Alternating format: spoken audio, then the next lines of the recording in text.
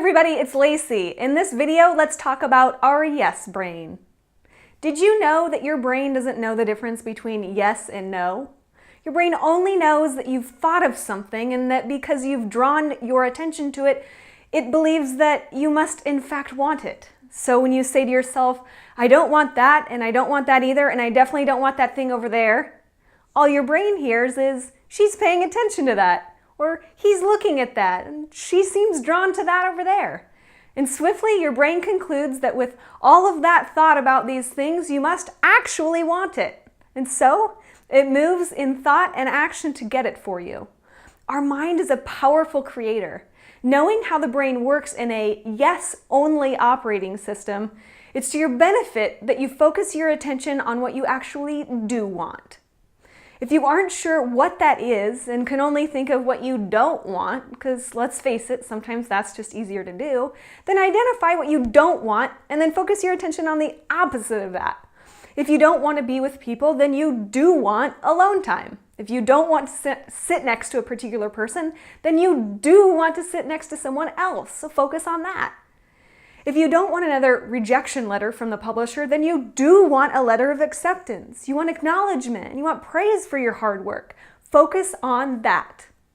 Now, evolutionarily speaking, humans are hardwired to look for danger and to identify quickly what we don't want in order to keep us safe and alive.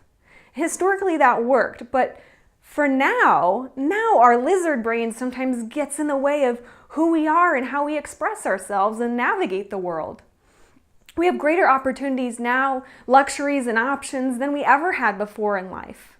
Surely we still want to survey the danger, but we also want to seek opportunity and focus our attention on what we want so that we can create more of it. Like attracts like, you know?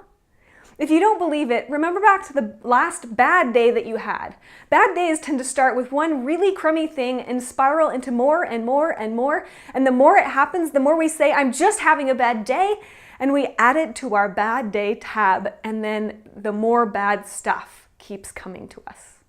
We're like magnets. Our brain is quite literally providing and proving to us what we're thinking most about and focusing upon. Now think of the best day that you've had. Why was it so great?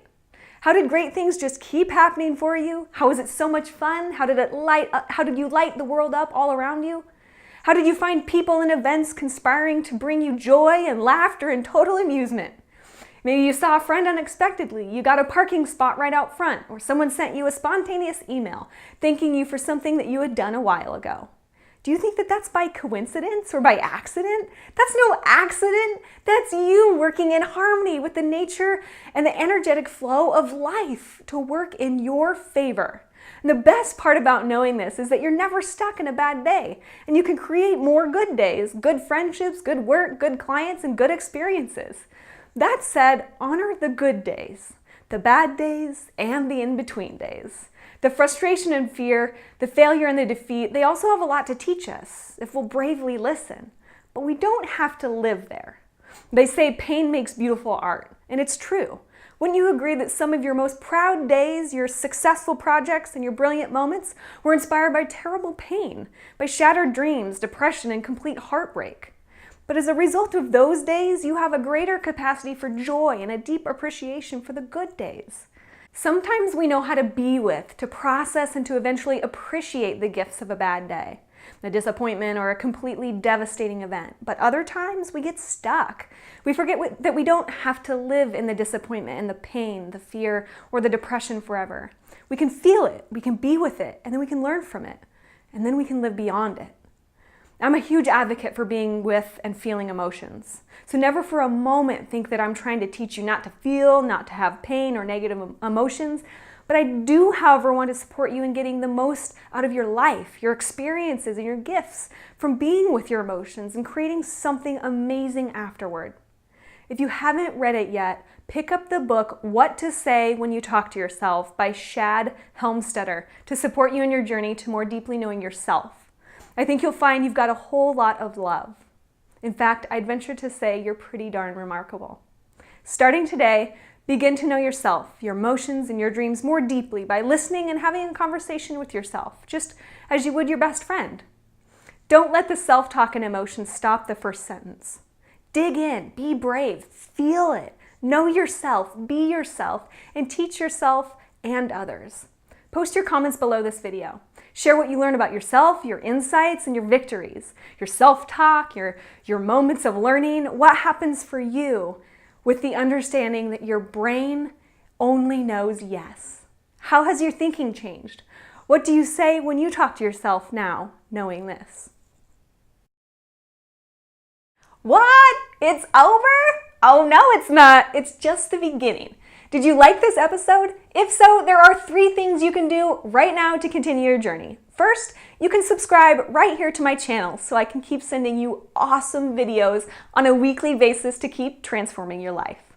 Second, share this video with a friend who needs it right now. I make these videos for you in hopes that they'll help you, and it's such an honor, and I'm really grateful to you for sharing them.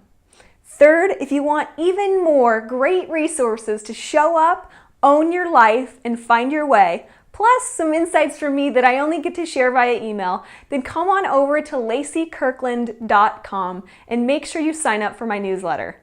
Thank you so much for watching, and I'll see you in the next episode. Until then, move daily toward your purpose, choose love over fear, and believe that there is always a way, and you will find it. On your journey, keep going and know that the world needs what you have to give.